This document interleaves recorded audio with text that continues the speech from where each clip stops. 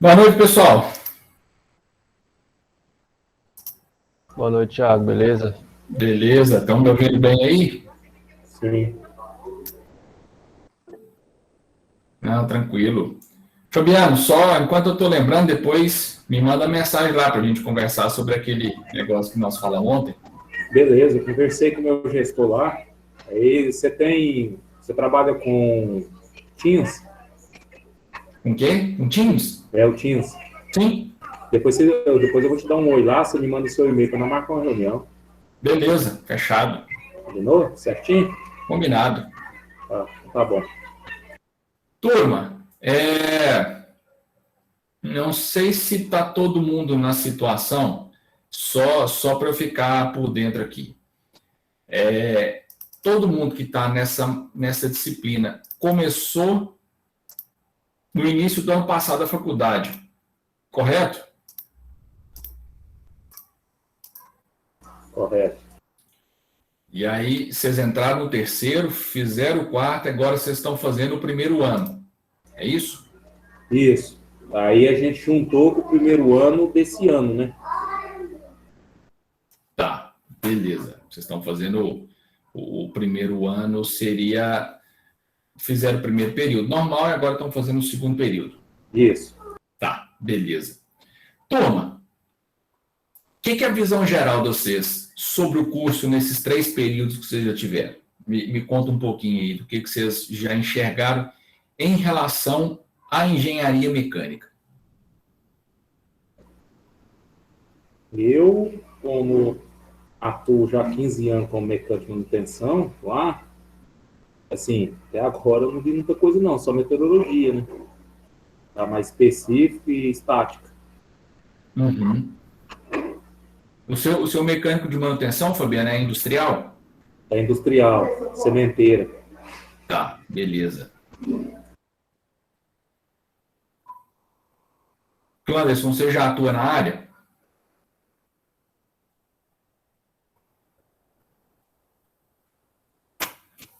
Você atua como o que também, o Clanderson? Por favor.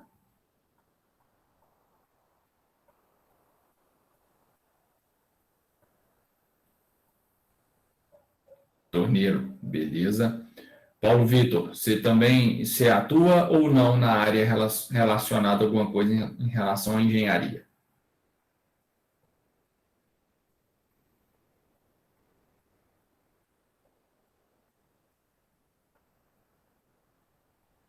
Mecânico de manutenção, ótimo, beleza. Turma, então, mais alguém aí, moçada, se atua já de alguma forma como mecânico, ou trabalhando com manutenção, ou em alguma produção industrial, alguma coisa do tipo?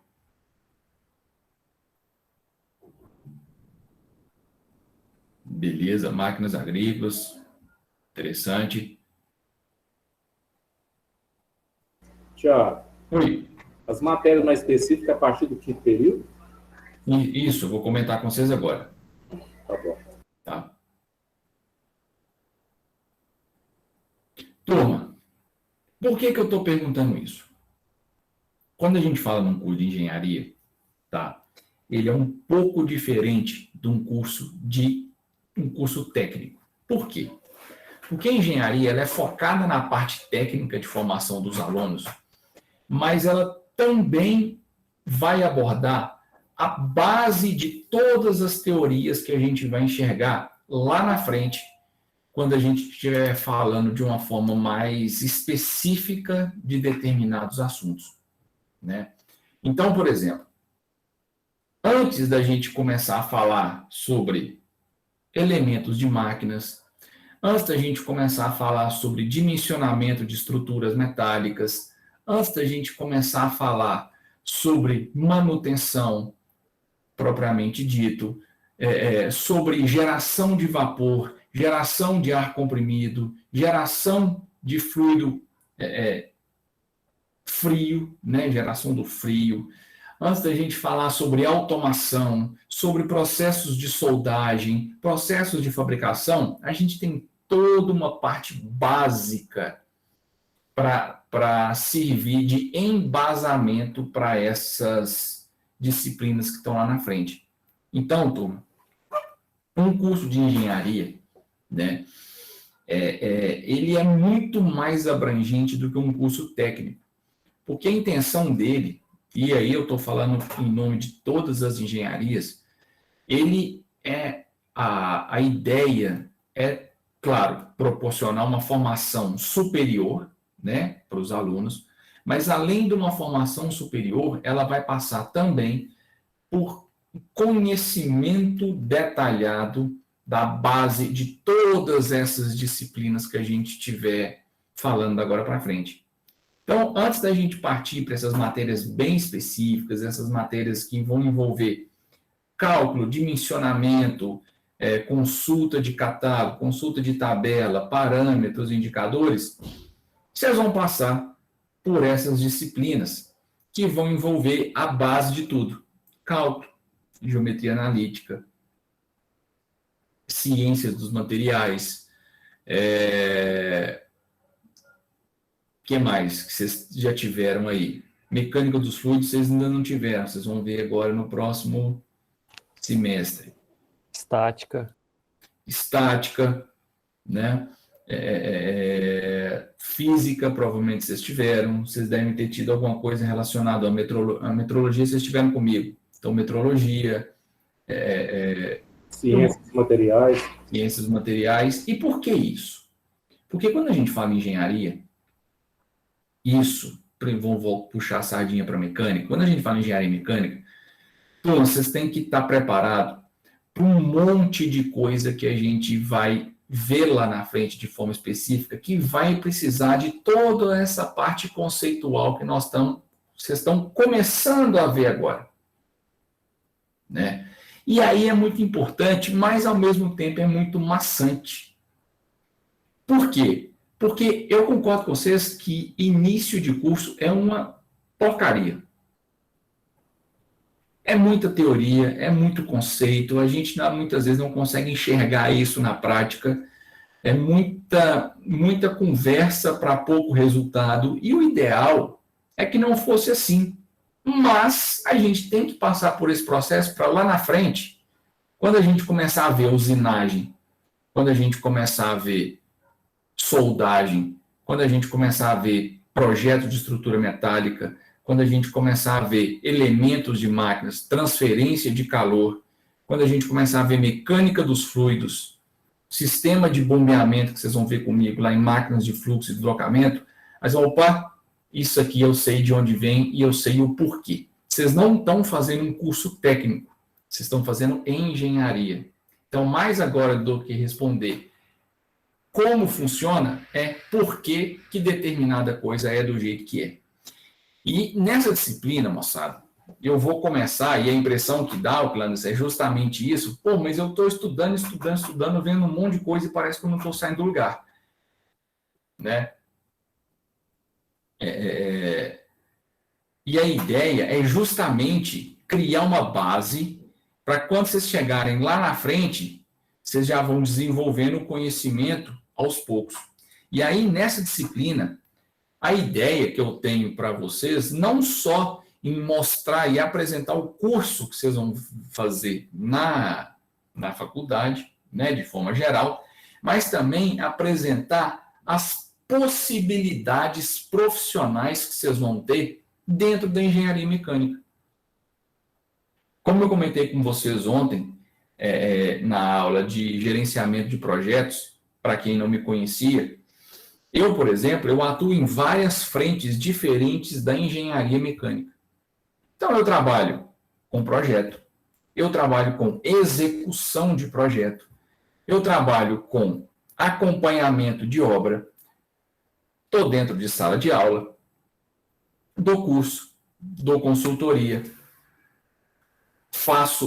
trabalho muito com advogado numa área criminal ou pericial da engenharia, que é uma possibilidade também.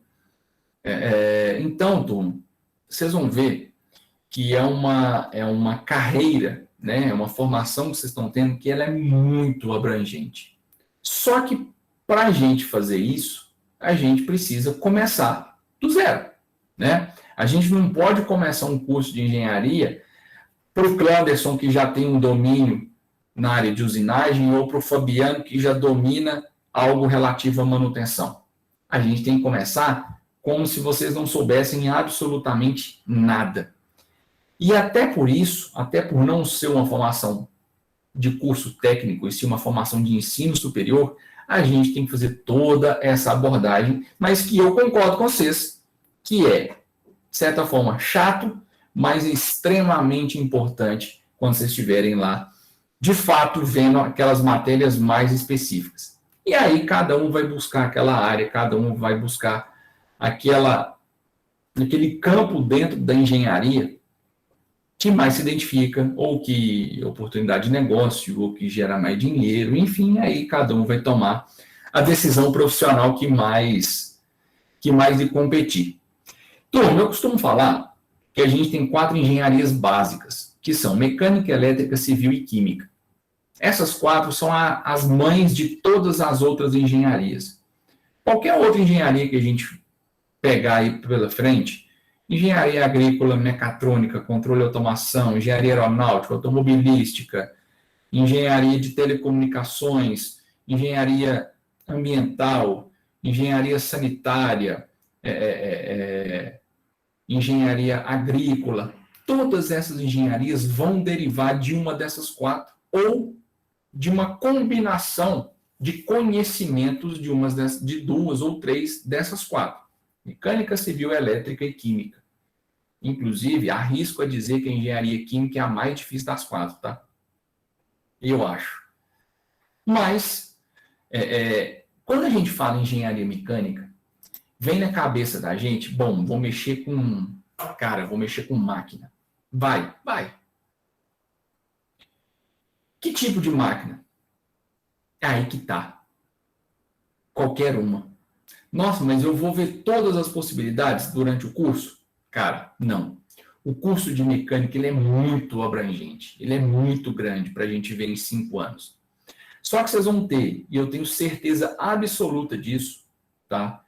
Vocês vão ter uma formação qualificada para se especializar em qualquer possibilidade dentro do campo da engenharia mecânica, dentro do campo profissional da engenharia mecânica. Antes de eu comentar qualquer coisa, turma, nós estamos montando a nossa ementa atualizada, por isso que eu não estou colocando ela aqui para vocês. Depois, na hora que ela estiver prontinha, eu coloco no slide que for passado. Nosso sistema de avaliação vai ser dessa forma, com essas datas, como eu comentei com vocês lá em gerenciamento de projetos. Então, vai ser constituído por 2 provas e 3 trabalhos. No dia 1º de setembro, uma prova e a entrega do primeiro trabalho, prova valendo 2, prova valendo 8, trabalho valendo 2 pontos. Lá no dia 13 de outubro, prova valendo 16 e a entrega de um segundo trabalho valendo 4. E lá no dia 24/11, um terceiro trabalho valendo 10 pontos. Beleza? Tem aí a avaliação colegiada lá no dia 1º de dezembro e a AVIN no dia 15. Turma, eu vou tentar fazer o máximo de aula prática que a gente conseguir. Quem de vocês mora aqui em Patos? Ou, aliás, manda aí no chat ou falado quem mora aqui em Patos.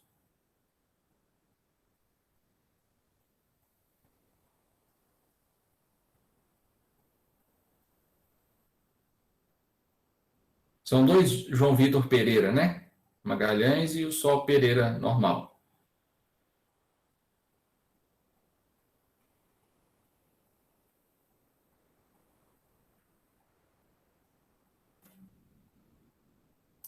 Restante do pessoal eu estou de fora.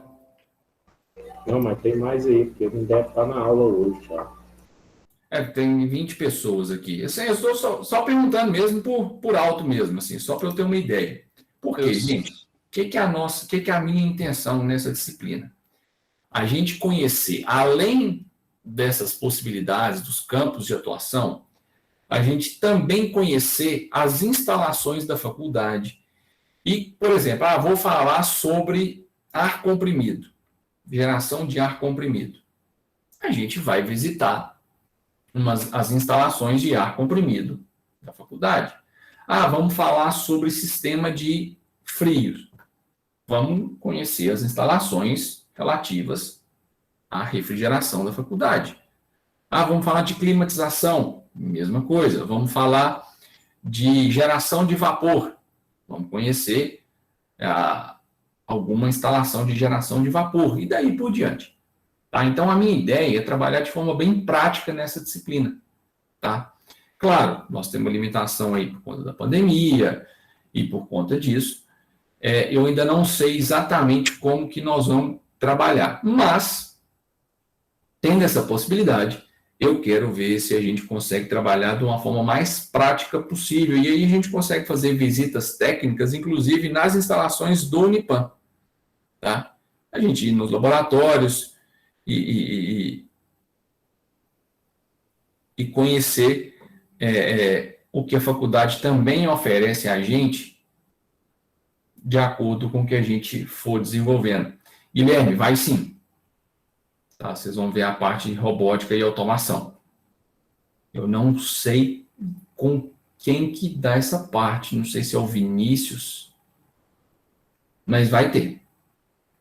Tá? Era o Wesley, mas o Wesley saiu, então eu não sei exatamente quem vai passar, quem está nessa área agora. Basicamente, nós somos 3 professores dedicados à mecânica. Eu, o Vinícius e a Janaína. Provavelmente vocês já tiveram aula com a Janaína e com o Vinícius também. Né? Então... Não, o Vinícius não. Vinícius ainda não. Tiveram aula, não? Não. Não. Então, o Vinícius, ele dá aula mais na parte de transferência de calor. A Janaína pega a parte de fabricação e eu pego mais a parte de resistência dos materiais e as áreas de gestão, por exemplo, como gestão de projetos. Então, a gente se divide mais ou menos nessas 3 frentes. Mas tem hora que eu dou, às vezes, alguma matéria da área do Vinícius, o Vinícius dá alguma matéria de dentro da minha área. Eu pego matérias mais práticas, no sentido assim, porque como eu estou dentro da indústria, hoje mesmo eu já tive dentro de 2. Então, eu pego mais essa área mais voltada para a área industrial, para a área prática, para a área de mão na massa mesmo, essas disciplinas que são voltadas para esse campo. Mas, enfim, a gente se divide e tem alguns professores que também contribuem muito com o nosso curso.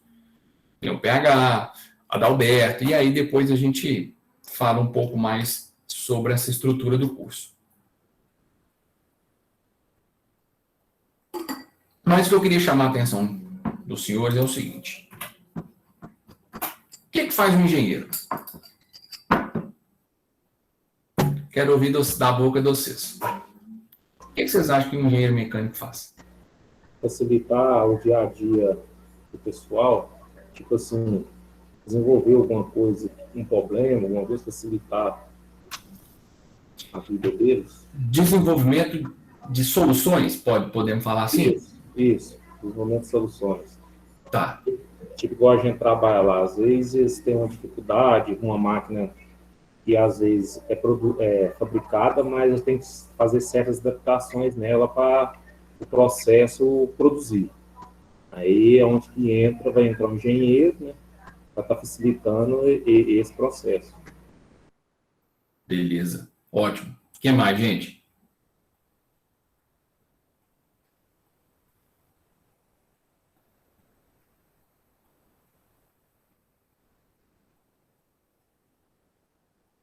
Quem vai contribuir conosco aí? Igual eu comentei com vocês, eu quero que vocês participem da aula. Vamos conversando comigo. Vou puxar um assunto aí, o plano. Assim, uma área que eu acho interessante é torneiro mecânico. Ter muito contato com planos, que eu vou lá na oficina onde eu trabalho, e a gente conversa muito. Eu acho muito interessante porque, assim, torneiro pega só coisa arrebentada, né? E vai, fabrica uma idêntica, às vezes até melhor. E eu acho muito interessante essa área. O Plantes aí já trabalha há muitos anos, acho que ele pode falar melhor do que eu, né? O Clanderson seria bem completo para ele, porque um curso de engenheiro ele já conseguiria projetar o projeto e executar. Que ele tem o dom da usinagem. Vamos lá, quero que vocês vão falando aí depois para a gente ir discutindo. O engenheiro costuma resolver os problemas que aparecem em uma determinada empresa. Ele nem todos os problemas, mas a parte, eu acho, a parte de maquinário ou desenvolver algum projeto para melhorar a produção, ele sempre tem que estar ali ajudando a empresa a progredir, a melhorar em algum sentido. Que esteja Beleza. dentro da área dele, é claro. Sim. Se não configura crime.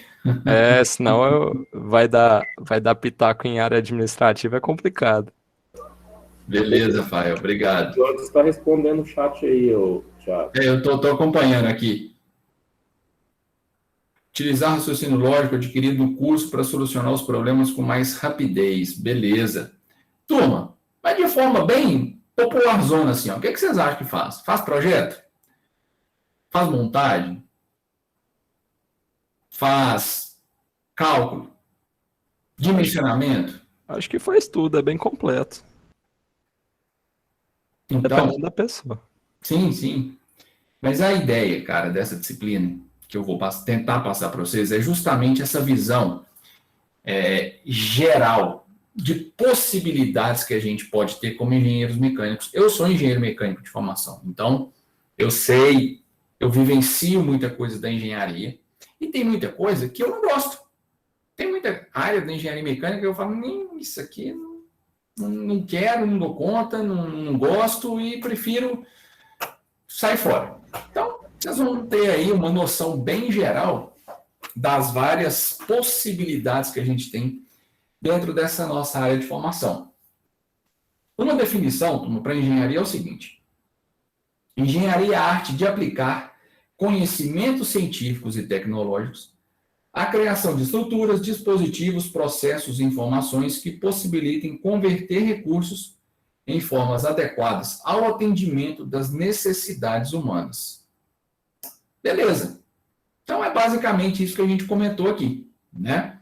De forma geral, o que é de fato a engenharia.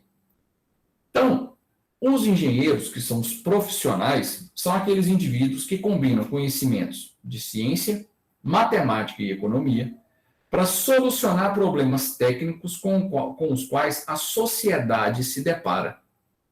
É o conhecimento prático que vai distinguir os engenheiros dos cientistas. Opa, aí tem uma alternativa muito boa para nós, que é o seguinte. Turma, um bom engenheiro, um engenheiro que saiba dominar as ferramentas que ele tem à disposição, é aquele cara que conhece muito a parte prática, mas ele tem que entender dos conhecimentos técnicos e teóricos daquela área. Tentativa e erro é um erro muito grande que a gente tem dentro da engenharia. Não se brinca com tentativa e erro. Tá? Então, turma, é extremamente importante que a gente aprenda, desenvolva e aplique informações técnicas agora dentro da nossa formação, dentro da nossa profissão. Certo? Bom, isso aqui, o que de engenharia mecânica tem nisso?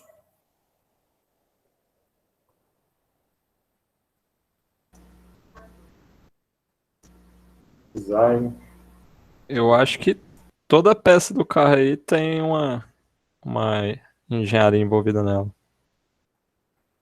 Tá, mas vamos lá. O que vocês acham que eu consigo trabalhar em cima disso daí? O que de engenharia de fato tem? O sistema de locomoção, motor, transmissão, embreagem. Powertrain. Então, a partir de agora, isso aí a gente chama de powertrain. Já ouviram esse nome? Como que é? Perdão? Powertrain. Isso, ó. Escreve-se assim.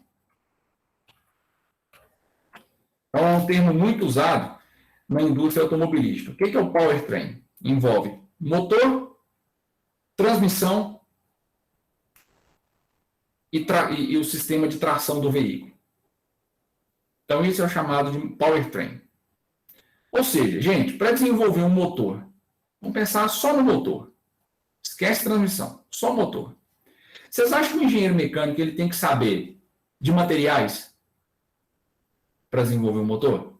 Com certeza, ele tem que pegar o melhor material para fazer o motor em relação ao custo-benefício, a potência que ele vai colocar nesse motor.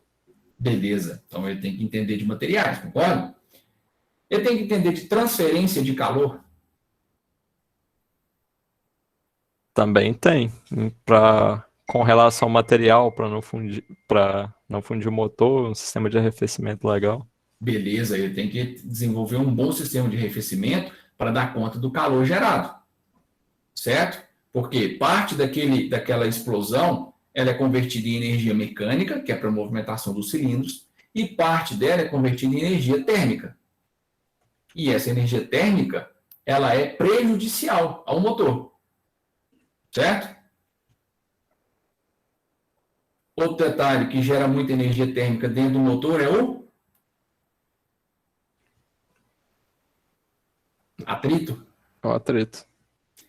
Então ele tem que entender de materiais também para saber o atrito que tem dentro daquele negócio ali, não tem? Sim. Beleza. Turma. O que mais, hein? Dimensionamento. De quê? Uai, das válvulas que vai lá no motor, né? Porque se for mal dimensionado, tipo as medidas. Se for muito justo, vai ter mais atrito, né? Ah, então ele precisa ter entendimento, primeiro, de dimensionamento no caso de resistência dos materiais, e ele também tem que ter dimensionamento da medida desses componentes. Isso é relativo à tolerância, medida nominal, posicionamento e daí por diante. Área de contato, ou seja, além de saber de materiais, também tem que saber da parte metrológica do negócio. Beleza. Isso, gente, nós estamos falando só do motor, tá? Só do motor. Pessoal, vamos pegar aí um V8 da década de 70, que a gente tinha lá no Maverick, Landau, nos Dodge. Quanto que um V8 daquele gerava de potência? Uai, depende muito do motor lá, né? Se o pistão for do tamanho de uma frigideira, ele ia gastar muito. Pega um V8 do Landau. Quanto que um V8 do Landau gerava de potência na época? Eu não lembro de cabeça não, mas chutando uns 200? 150 cavalos. Foi quase. Hoje, quanto que um V8 de um Mustang desse gera de potência? Com a mesma litragem, hein? Ou litragem semelhante. Eu acho que é mais baixo, eles conseguiram resolver muita coisa. De 400 a 500 cavalos. Acho que é 455.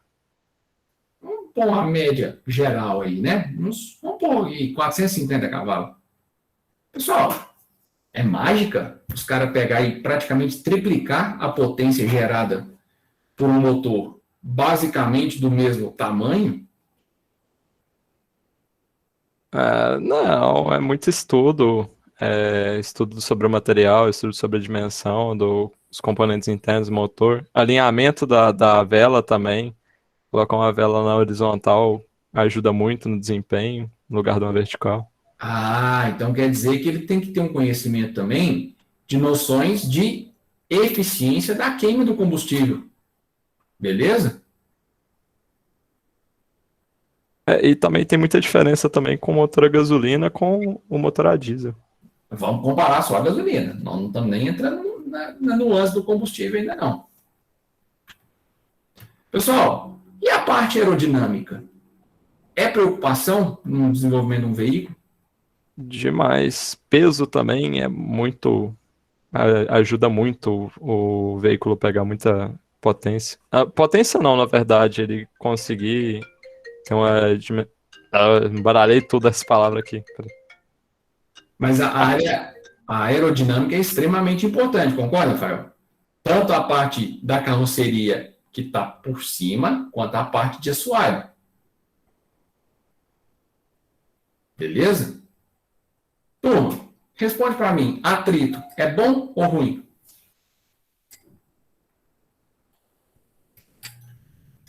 Ruim? O que vocês acham?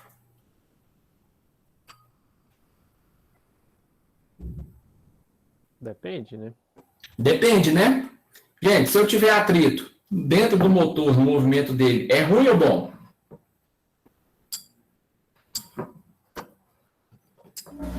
É ruim, né? Lá dentro do motor, quanto mais atrito eu tiver, pior é. E no pneu, com o chão, é ruim ou bom eu ter atrito? Tá bom. Ah, então quer dizer, depende da característica que eu estou avaliando. E desenvolvimento de pneu, gente, é responsabilidade de engenheiro mecânico? Claro. É. Onde que é bom eu ter atrito também?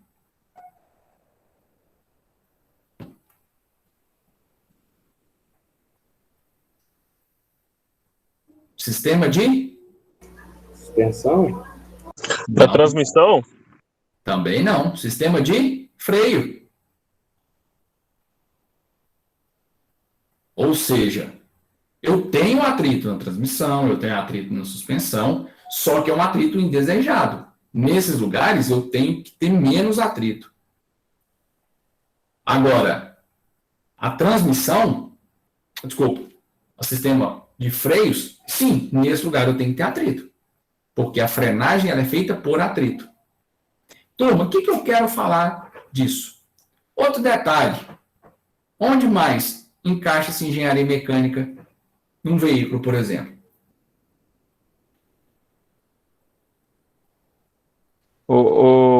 Até onde eu tava parado ali, Thiago, rapidão, o peso influencia demais o carro, demais, demais, demais.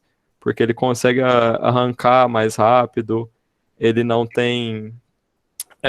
Tem que ser bem distribuído também, né? Porque sem peso, um carro muito potente corre o risco da tração jogar. Se não for tração, se for tração dianteira, não tem problema, mas tração traseira corre o risco do carro empinar e acaba capotando. Então, eu ter peso é bom para eu conseguir ter uma estabilidade melhor. Depende do caso também. Ah, então se eu tiver peso demais, o que joga contra? Vai jogar contra a velocidade dele, o desempenho do carro. E principalmente o que, gente? Consumo de combustível. Consumo de combustível. Ainda, mas que equação doida é essa que eu tenho que resolver? Eu preciso de um peso para eu garantir estabilidade, conseguir transmitir a potência toda para o piso. Preciso ter um veículo mais na mão, mas ao mesmo tempo, o peso joga contra o meu consumo, joga contra esforço na suspensão, que aí eu preciso de uma suspensão mais parruda. Consequentemente, às vezes eu preciso de um pneu mais duro. Eu preciso de um freio mais potente, porque o carro é mais pesado. Uma turbina. E aí, turbina. Vamos lá.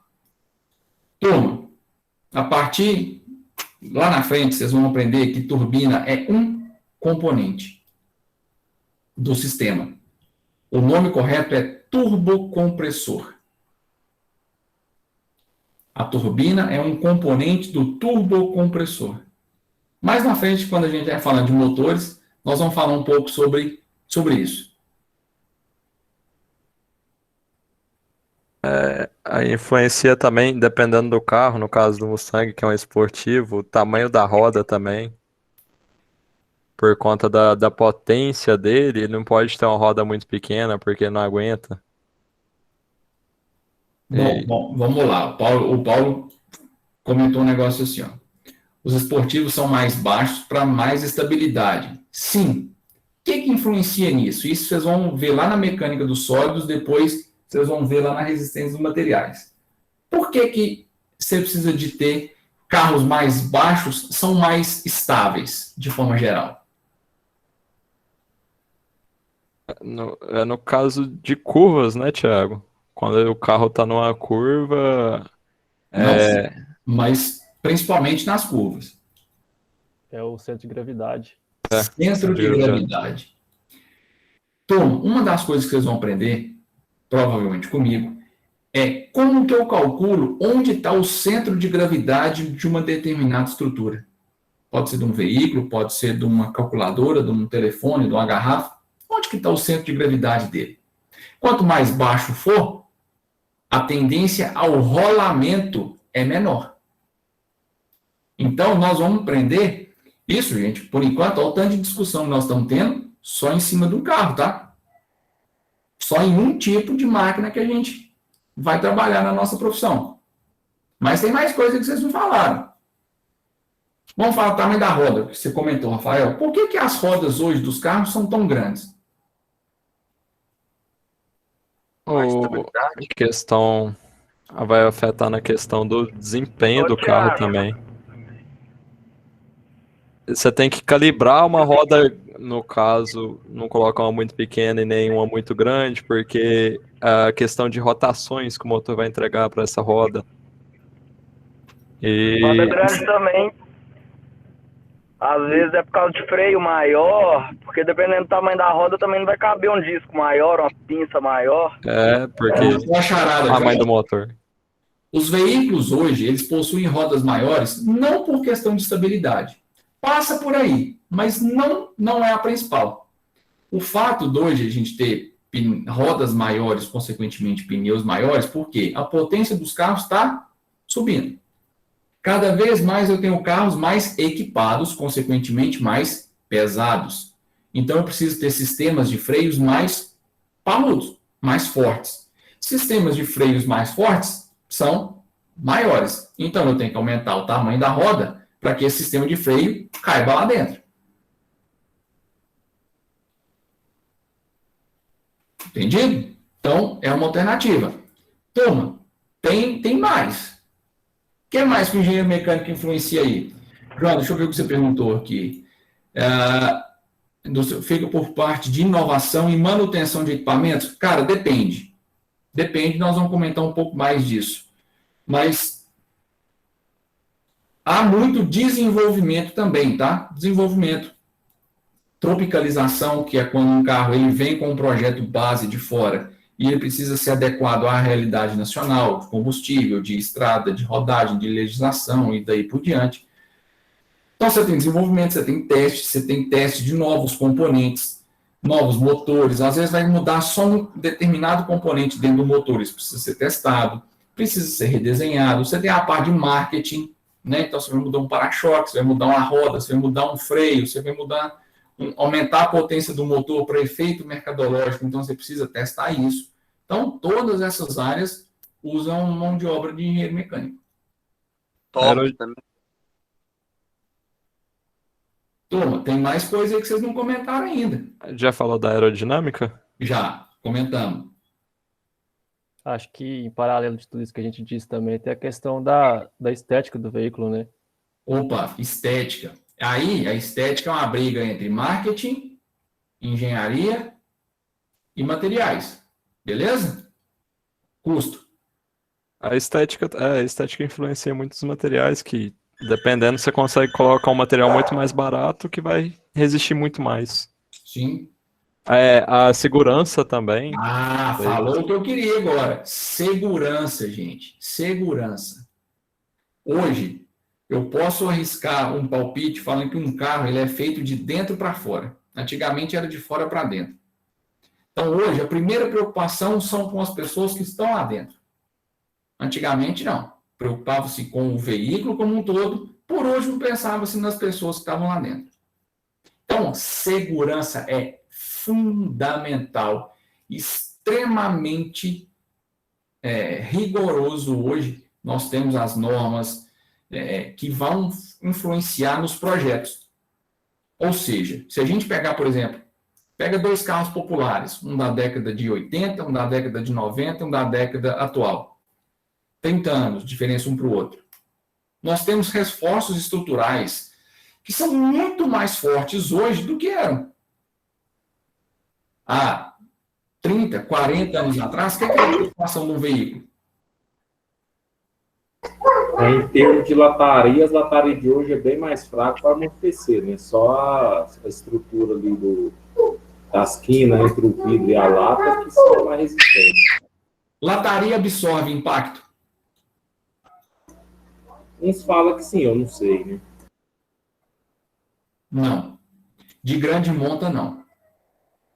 De pequena monta, sim. Você bater num bicicleteiro, você bater num cachorro, num negócio assim, sim. Dano de pequena monta, a lataria absorve. Mas dano de grande monta, cara, eu sou muito mais tá dentro de um carro atual a 100 km por hora do que num carro da década de 80. Hoje, a estrutura do carro ela é feita para absorção de energia.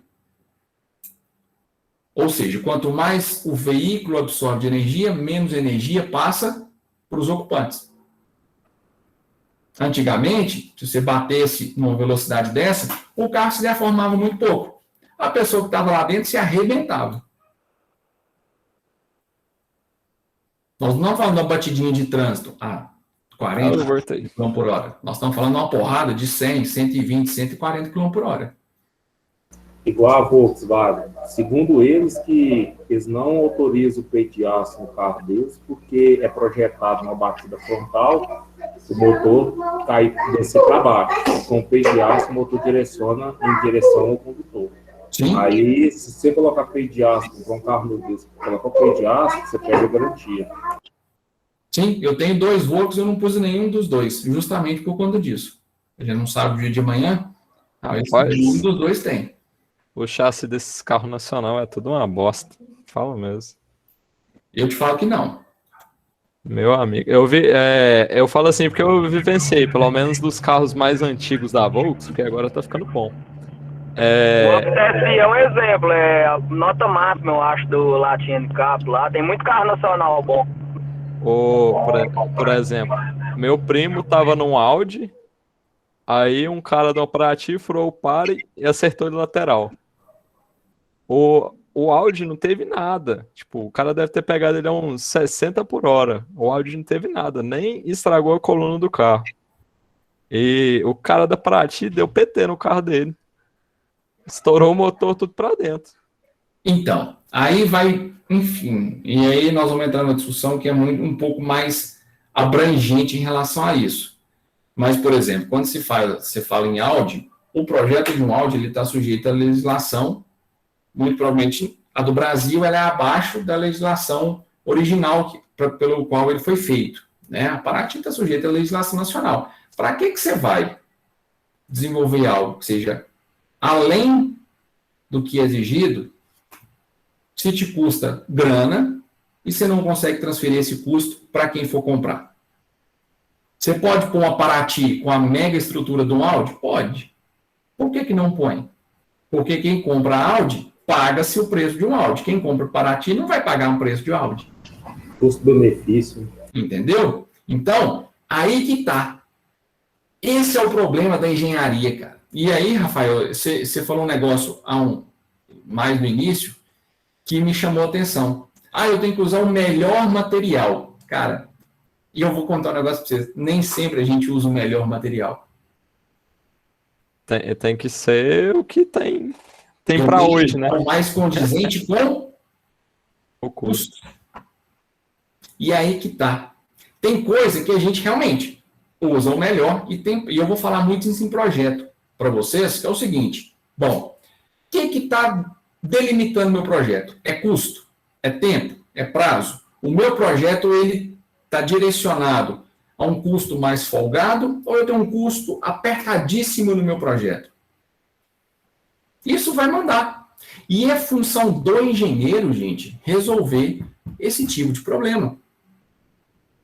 Ou seja, nós estamos estudando, né? Eu falo nós, incluindo todo mundo, vocês estão desenvolvendo conhecimentos técnicos para chegar lá na frente e conseguir resolver esse tipo de problema.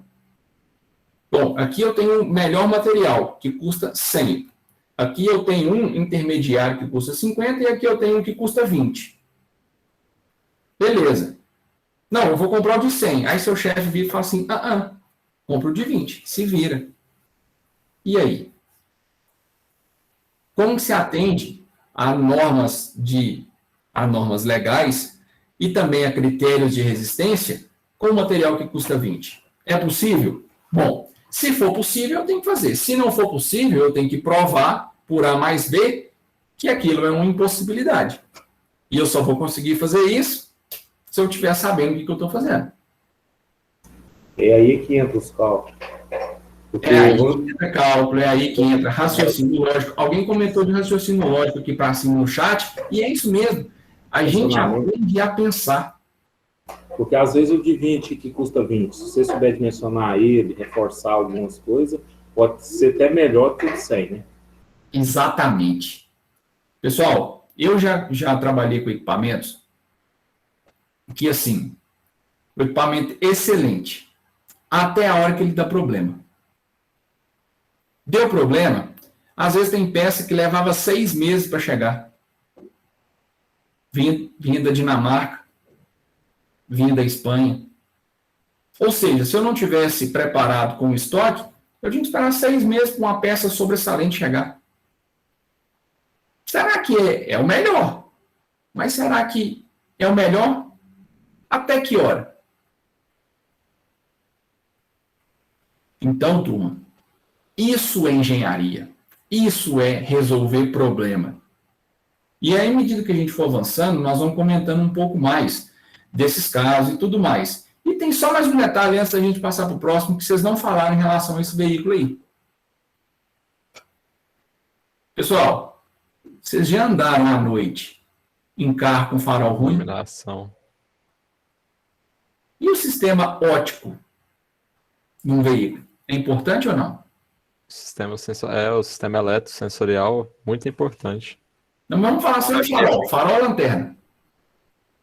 Uma lanterna que ilumina bem, não sei se tem alguma que ilumina bem e não seja prejudicial às vistas, né? Mas Tem. E acha bem. essa branca é? Hoje você tem bons faróis. E ainda tem maus faróis também. De veículo novo que o farol é ruim.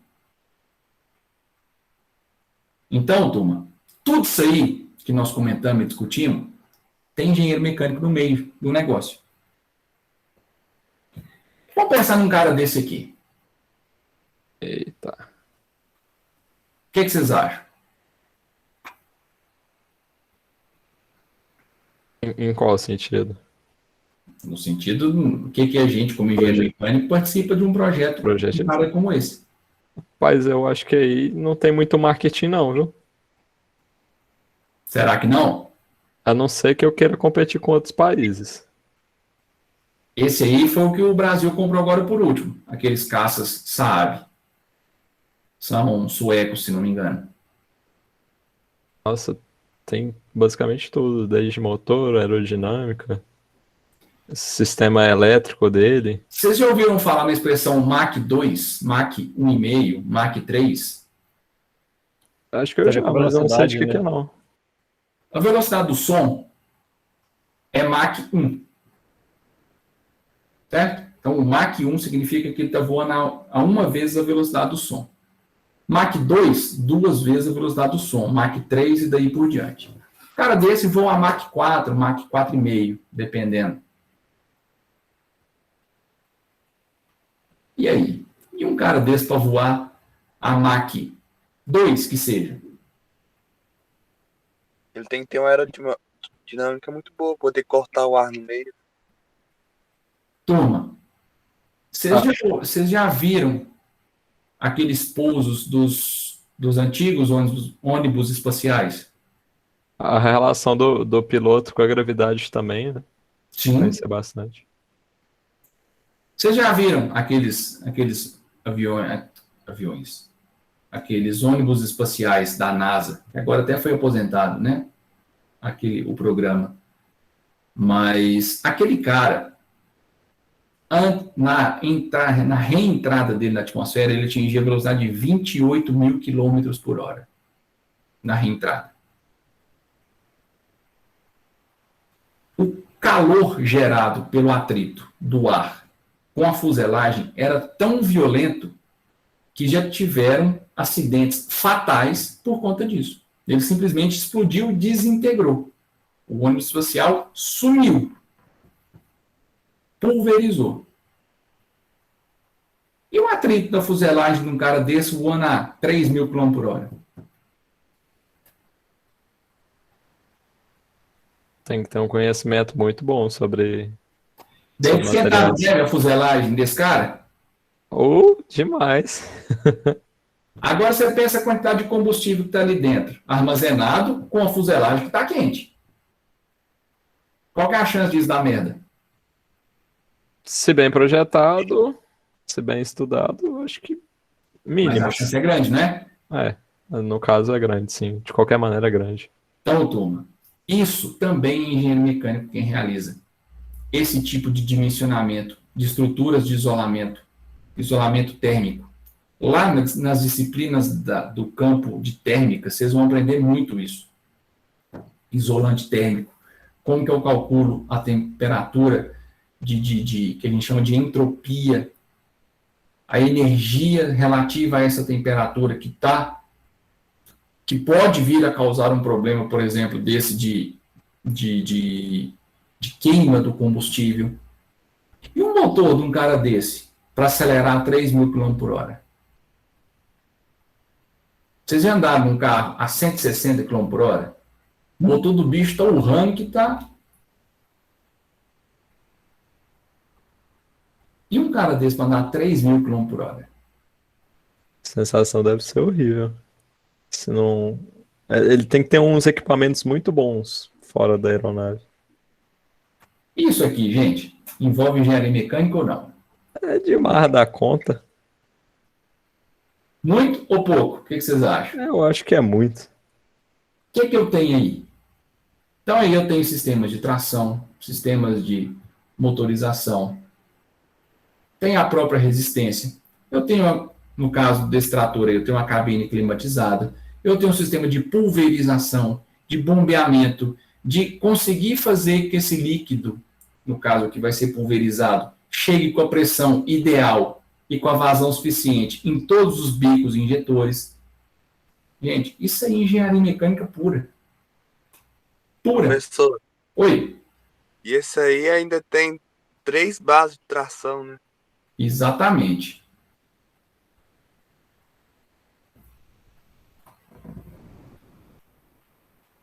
Isso aqui, gente, Isso aí também. Mecânica eu acho que tem um bocado. esse telhado aí é 100% engenharia mecânica. Eu pensava que era mais civil. Estrutura metálica é engenharia mecânica. Isso aqui, ó, uma peça dessa forma, a gente chama de longarina. Pessoal, quantos metros de comprimento tem um campo de futebol, em média? Você sabe? Não. Acho que é quase Só- 100, eu acho. Só o campo, só as 4 linhas, né? O comprimento de um campo, antigamente era em torno de 110 metros. Hoje é 106, 107 metros o comprimento de um campo. Então você tem um comprimento de 107 metros, mais uma área depois do campo, mais arquibancada, mais o pilar que está lá de fora. Então você tem um vão aí de pelo menos uns 130 a 140 metros, sem nenhum pilar no meio.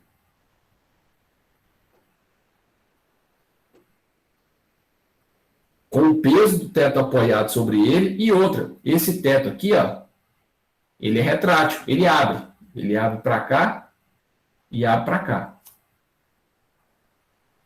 Esse é o estádio do Atlético Paranaense, lá em Curitiba.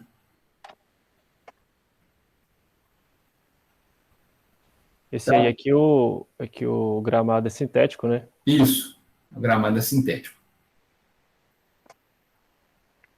Então, turma, além de uma resistência dessa, de um vão desse, livre, que a gente chama de vão livre, ou seja, não tem nada apoiando ele no meio, ainda tem o peso da cobertura, tem a carga de vento, ainda tem uma estrutura que abre e fecha, ela ainda se movimenta em cima disso. Gente, isso é 100% engenharia mecânica. Isso aqui.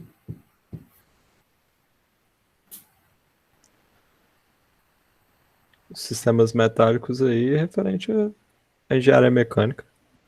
Sistema de armazenamento, capacidade. Isso aqui é a fábrica do Grupo Petrópolis, lá em Uberaba, inaugurado ano passado. Maior fábrica deles de cerveja no país. Ali em Uberaba, recém-inaugurada. Inclusive, ó, contratando engenheiro a rodo para trabalhar lá. Inclusive, indiquei até para os alunos do 10º período. Falei, gente, fica de olho que está abrindo vaga atrás de vaga para trabalhar lá nessa fábrica aí, ó. Pessoal, fábrica de cerveja, isso é a fábrica de cerveja, envolve engenharia mecânica. Não só no projeto da fábrica como um todo, mas nas rotinas da fábrica, com manutenção, com projeto, com desenvolvimento de processos de gestão, supervisão, produção. Isso aqui. Engenharia mecânica. Ou seja, a biomecânica, turma, tem muito engenheiro trabalhando nessa parte. Muito engenheiro trabalhando nessa área.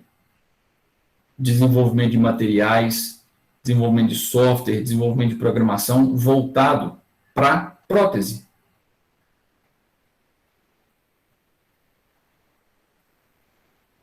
Então, também uma área hoje fortíssima e que está muito embrionária e tem potencial gigantesco de crescimento.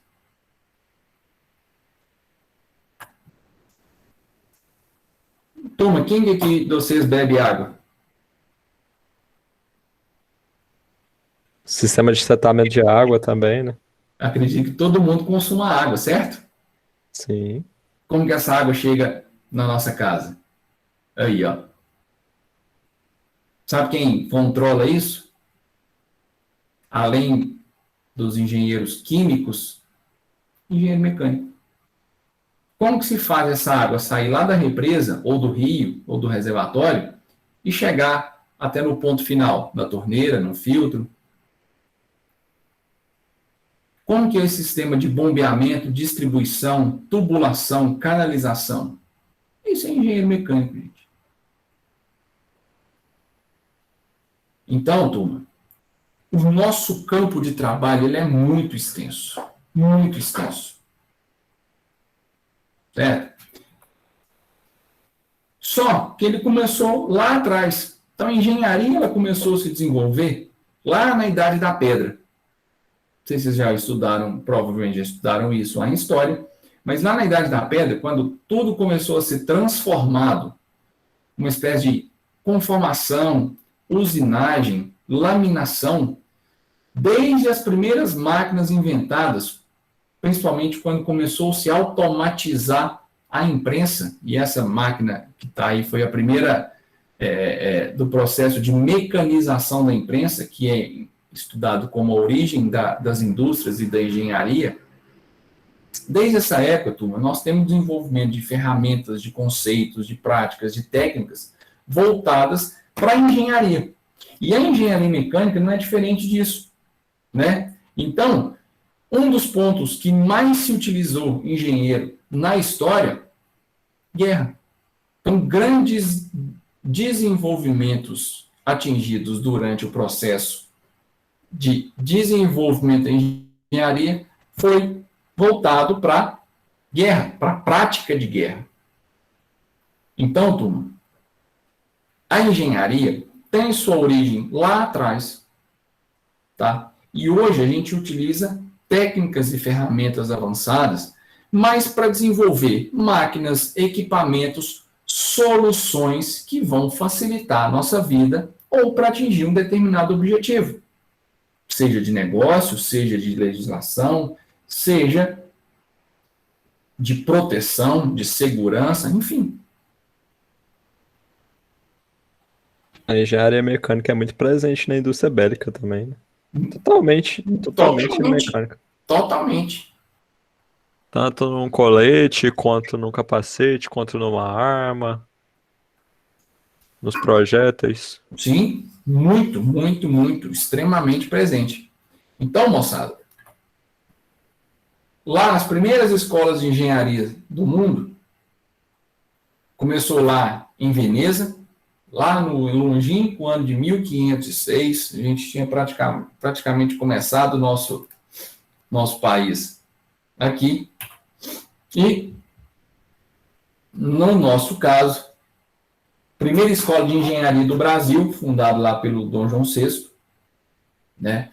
Depois veio a Escola Politécnica do Rio, Escola de Minas de Ouro Preto e a Escola Politécnica de São Paulo. Pra vocês terem uma ideia, por exemplo, a minha turma de engenharia mecânica era a turma 78, lá da UFO. E eu entrei na faculdade em 2006, ou seja, existiam 77 turmas antes da minha, e eu formei em 2000, e eu entrei em 2006, então de lá para cá tem quantos anos? 14, 15 anos. Pra vocês terem uma ideia, então já está na turma 108, provavelmente. Então, turma, para que eu estou mostrando para vocês? Ah, professor, agora você me desanimou, que eu estava animado com esse slide anterior, agora você falou que tem muita gente fazendo engenharia, eu estou desanimado. Não. Estou falando que uma das profissões mais solicitadas, gente, quando a gente está falando em desenvolvimento, em busca de tecnologia, em crescimento econômico, crescimento industrial, uma das profissões mais solicitadas que a gente tem é a profissão de engenheiro. E o engenheiro mecânico ele não é diferente.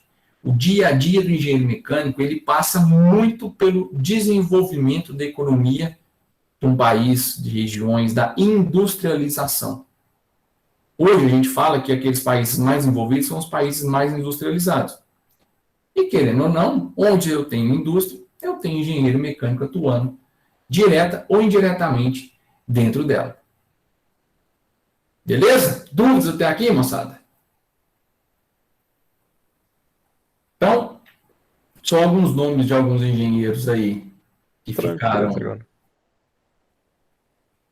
que são conhecidos aí na história.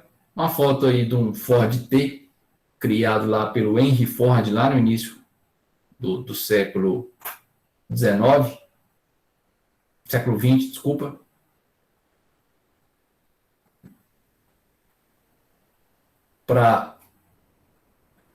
Que revolucionou a indústria de forma geral, e muito provavelmente vocês já devem ter ouvido falar no Fordismo, né, que é a produção em série. Então, quanto esse cara influenciou na nossa vida em sociedade, basicamente, primeiro, com a cultura do automóvel, que foi esse cara que criou, né?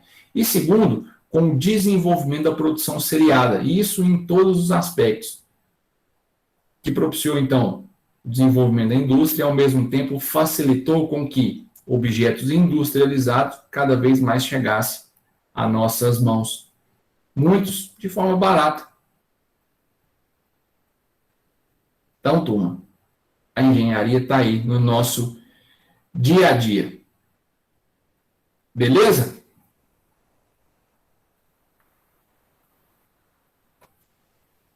Tranquilo até aí, moçada? Tranquilo.